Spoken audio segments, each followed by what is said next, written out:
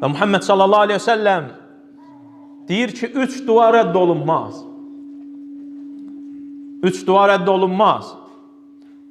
Onlardan biri də valideynin övladı üçün etdiyi dua.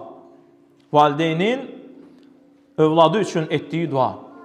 Buna daxildir həmçinin insan qəzəbləndiyi zaman bəddua etməməsi, xeyir dua etməsi və bədduadan çəkinməsi. Bədduadan çəkinməsi. Hətta sələflərdən bəzilərinə gəlib övladlarından şikayət edirlər. Asi olmasından, qarşı gəlməsindən, itaət etməməsindən. Soruşur ki ondan, birinci soruşduğu sual, sən ona bəddua etmisənmi? Deyir, bəli, etmişəm. Deyir, onun əxlaqı, ədəbi, bax, o duadır. Onun üçün insan övladı üçün salih dualar etməlidir.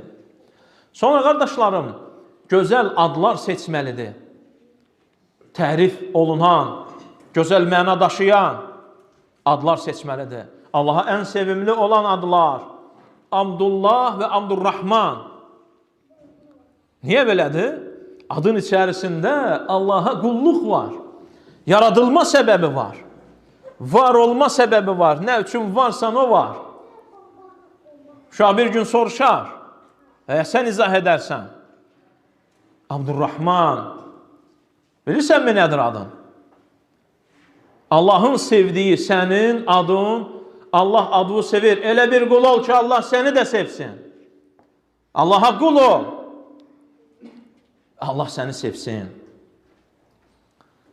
Həmçinin övladlar arasında ədalətli olmaq. Bu da önəmlidir övlad tərbiyəsində. Övladlar arasında ədalətli olmaq. Hətta Allah Rasulü bir kəsə bir şey verdinmi deyə onun yanına gələn sahabədən soruşur. Birinə bir şey verdiyi zaman soruşardı.